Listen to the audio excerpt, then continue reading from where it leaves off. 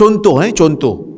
Di sana ada hadis Nabi SAW larang kita daripada meludah waktu salat.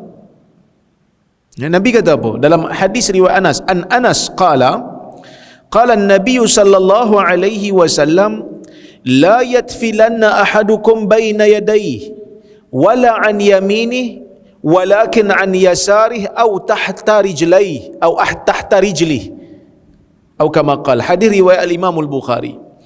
Daripada Anas, katanya Nabi sallallahu alaihi wasallam bersabda, la yatfilanna ahadukum baina yadayhi, janganlah salah seorang daripada kamu bila nak meludah, dia meludah di depan dia, ke arah depan.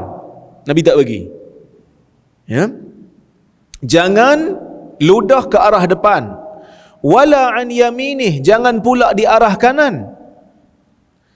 Walakin an yasarih au tahta rijlih, tetapi hendaklah dia meludah di belah kirinya ataupun di bawah kakinya. Okey. Hadis ni riwayat al-Imam al-Bukhari. Lafaz hadis ini diriwayatkan secara ringkas. Kalau kita tengok kat situ tak ada pun sebut pasal salat. Cuba tengok kat situ, ada sebut pasal salat tak? Jangan kamu meludah di depan kamu, jangan meludah di belah kanan kamu, tapi di belah kiri ataupun di bawah kaki. Nampak Kalau kita tengok hadis ni, kita mungkin akan salah faham. Ada seorang penulis, nama dia Zakaria Auzun, menulis satu buku, tajuk dia Jinayatul Bukhari, Jenayah Bukhari. Buku ni bahasa Arab.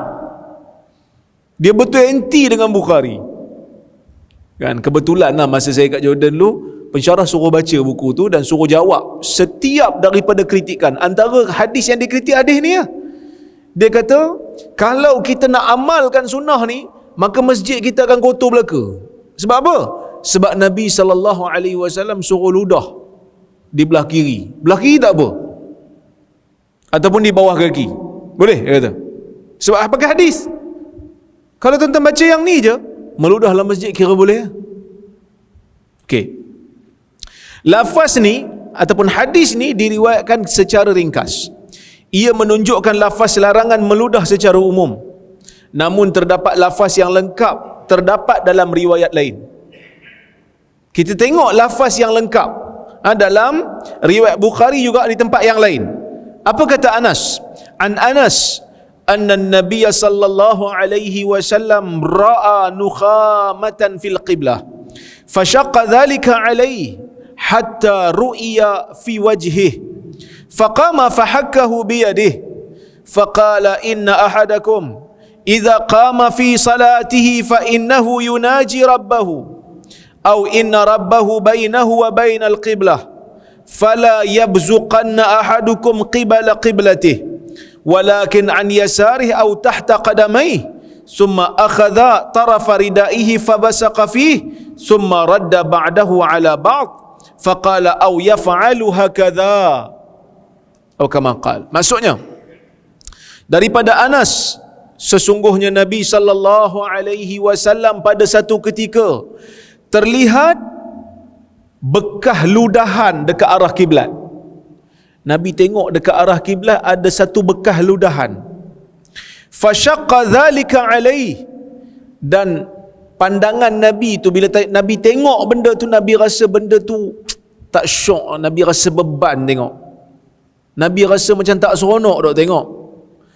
Hatta ru'ya fi wajhi, sehingga kan rasa tak seronok Nabi tu terlihat dekat wajah Nabi. Sahabat dah tengok muka Nabi, tahu Nabi tak suka benda tu, kotor. Ya? Faqama fahakkahu biyadi, lalu Nabi sallallahu alaihi wasallam pun bangun. Nabi sallallahu alaihi wasallam kikih. Nabi kikih dengan jari dia. Nabi kikih dengan jari dia ataupun Nabi gosok dengan jari dia, dengan tangan dia. Baik. Faqala inna ahadakum idza qama fi salatih, Nabi kata sesungguhnya salah seorang daripada kamu apabila bangkit dalam salat dia, berdiri dalam salat dia, fa innahu yunaji rabbahu, sesungguhnya dia bermunajat dengan Tuhannya. Bila tengah solat ni dia tengah munajat dengan Tuhan. Au inna rabbahu bainahu wa bainal qiblah, ataupun Tuhan berada di antara dia dan kiblatnya. Maksudnya dia sedang berinteraksi dengan Tuhan, bukan Tuhan ada kat situ dah. Dia sedang berinteraksi dengan Tuhan dia. Tuhan dia memandang dia. Kerana dalam hadis yang lain, riwayat Abu Hurairah, Nabi SAW sendiri ceritakan, Allah Azza wa Jal menjawab setiap daripada Fatihah hamba dia. Kan kita biasa dengar hadis tu kan, yang mana bila kita baca Alhamdulillahirabbil alamin, Tuhan akan jawab hamidani abdi. Bila kita baca segala puji bagi Allah Tuhan sekalian alam, Tuhan jawab hamidani abdi, hamba-Ku memujiku. Setiap daripada ayat Fatihah yang kita baca, setiap tu Tuhan jawab. Maksudnya Tuhan melihat kita. Tuhan melihat setiap daripada mengetahui, mendengar setiap daripada bacaan Fatihah kita, dan Tuhan jawab. Baik. Fala yabzuqanna ahadukum qibala qiblati. Maka janganlah salah seorang daripada kamu ni bila nak meludah, jangan ludah qibala qiblati, jangan meludah ke arah depan, jangan meludah ke arah kiblatnya. Walakin an yasarih, tetapi hendaklah dia meludah di belah kirinya. Au tahta qadami, ataupun di bawah kakinya. Summa akhadha tarfa ridaih, kemudian Nabi SAW mengambil hujung selendangnya. Nabi pakai selendang kain tu, rida tu. Nabi ambil hujung selendangnya, fabasaqa fih, kemudian Nabi ludah di bahagian itu. Summa radda ba'dahu ala ba'd, kemudian Nabi tutup. Kemudian Nabi kata, faqala aw yaf'alu hakadha, ataupun buat macam ni. Nabi tutup buat macam ni. Okay, hadis ni pertama sekali nak bagi tahu kat kita, hadis yang awal tadi tu yang Nabi kata jangan meludah ke arah kiblat tu, Nabi maksudkan ialah dalam salat. Pertama. Yang kedua, Nabi bagi solusi bagi orang yang memang nak meludah betul. Dah tak mampu nak buat apa-apa, sehingga mungkin tak mampu nak baca Fatihah dengan betul, melainkan kena keluarkan juga. Dan pada masa tu hendaklah ludah di belah kiri ataupun di bawah kaki, ataupun letak di dalam rida. Dan kita kena tahu, di zaman dulu Masjid Nabi SAW ni lantai dia apa tuan-tuan? Lantai dia apa? Lantai dia pasir. Jadi kalau ludah di atas lantai pada zaman tu boleh kambuh dengan tanah dan dia akan hilang.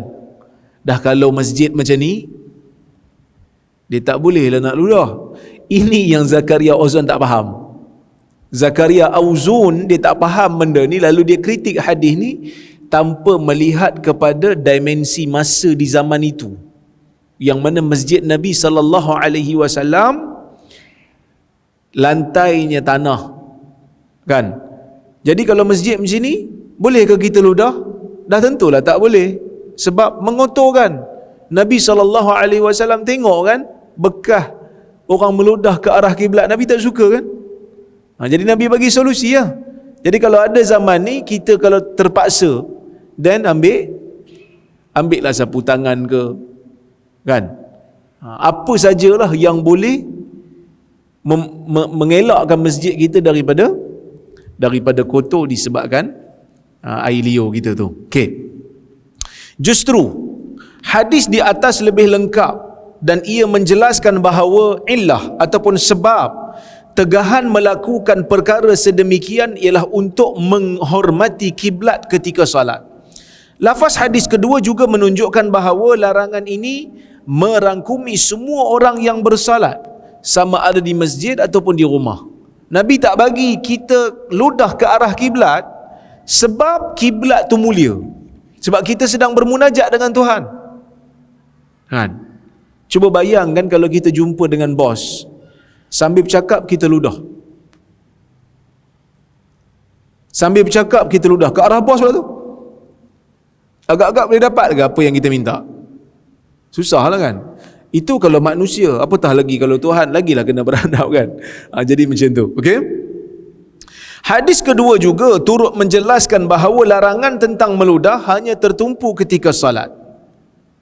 Manakala hadis pertama melarang meludah ke kanan dan ke hadapan secara umum, Maka disebabkan itu, para ulama berselisih pandangan dalam menyatakan hukum meludah sebelah kanan ketika di luar salat. Jadi kalau kat luar salat kita nak meludah, boleh ke meludah ke arah depan ataupun meludah ke arah kanan?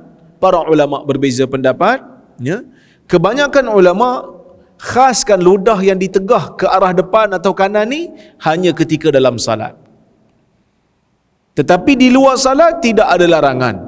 Cuma ramai juga di kalangan salafus salih, antaranya Ibnu Mas'ud, tetap melarang ludah ke depan ataupun ke kanan walaupun di luar salat. Kerana mereka tetap memandang perbuatan itu perbuatan yang tak baik lah. Perbuatan yang tak baik. Kerana di sana ada juga riwayat Ibnu Hibban, kalau tak silap saya, yang menyebutkan sesiapa yang meludah di belah kanannya, maka nanti di hari kiamat watafluhu baina ainai, ludahnya tu akan diletakkan di atas kedua biji matanya, seolah-olah macam perbuatan tu tak disukai oleh agama lah. Jadi kalau kita nak berhati-hati, ihtiyatan, nak ludah belah kiri, jangan ludah ke depan ataupun belah kanan walaupun di luar salat. Itu lebih beradab lah. Baik,